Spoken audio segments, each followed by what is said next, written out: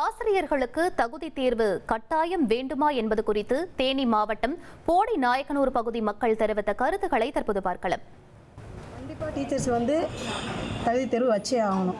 ஏன்னா நிறைய மோசடிகள்லாம் நடக்குது. நிறைய பிள்ளைகளுக்கு 10th +2 இந்த மாதிரி முடிச்சுட்டுலாம் போலி சர்டிஃபிகேட் வச்சுட்டு வேலைக்கு சேர்றாங்க. தகுதி தேர்வை ஏற்படுத்தி வச்சு அதுக்கப்புறம் அவங்க வர்றது ரொம்ப நல்லது தான். எஜுகேஷன் சரியாக சொல்லித்தரதில்லை. கொரோனாலேருந்து இப்போ பசங்க இப்போ ஸ்கூலுக்கு போய்ட்டு வந்த பசங்கக்கிட்டேயும் இது என்ன ஆகுதுன்னு கேட்டாலும் அப்படியே யோசிக்கிற மாதிரி பண்ணுறாங்க. அதனால் டீச்சர்ஸ்க்கு எக்ஸாம் வேணும். பிள்ளைகளுக்கு கண்டிப்பாக ஆசிரியர் தேர்வு கண்டிப்பாக தேவை. பிள்ளைகளுக்கு ஸ்கூலில் என்ன சொல்லித்தராங்கன்னு எங்களுக்கு தெரியலை. பிள்ளைகிட்ட கேட்டால் எங்களுக்கு சொல்லித்தராங்கன்னு சொல்கிறாங்க. ஆனால் பிள்ளைகளுக்கு அந்த இது இல்லை. கண்டிப்பாக ஆசிரியர் தேர்வு தேவை. அப்போ பிஎட் முடிச்சு இப்போ அவங்களுக்கு வேணால் வாய்ப்பு வேணால் வைக்கலாம்.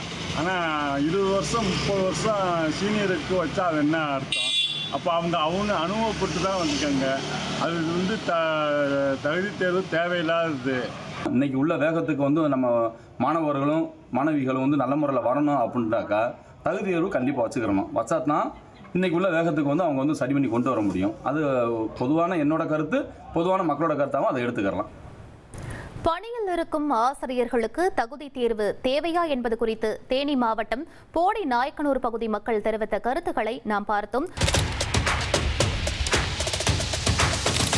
அதிமுக்கிய விவரங்களை அனைவருக்கும் புரிய வைக்கும் பாட்காஸ்ட். பொருளாதார பல ட்ரில்லியன் ஆயுதங்களை கொள்முதல் செய்கிறது. சம்பவங்களை தேடி களத்திற்கே உங்களை அழைத்துச் செல்லும் ஸ்பாட்லைட். அங்க இருக்கக்கூடிய கள விவரங்கள் என்ன? கடந்த 5 வருஷமாவே சார் எனக்கு ரொம்ப பிடிக்கும் அவர் வர்றதுக்காக. எங்களுடைய நியாயமான கோரிக்கை. Even at the cost of stopping. பார்வையாளர்களையும் செய்திக்குள் பங்கெடுக்க செய்யும் மக்கள் குரல். 50 ரூபாய் எங்களுக்கு தண்ணிக்கு ஒரு தீர்வே இல்லைங்க. 10 வருஷமா எங்களுக்கு சரியான ஒரு விடிவு கிடைக்கவில்லை. 60,000 ஏக்கருக்கு தான் கேட்கிறோம். பிச்சை கேட்கறாங்க.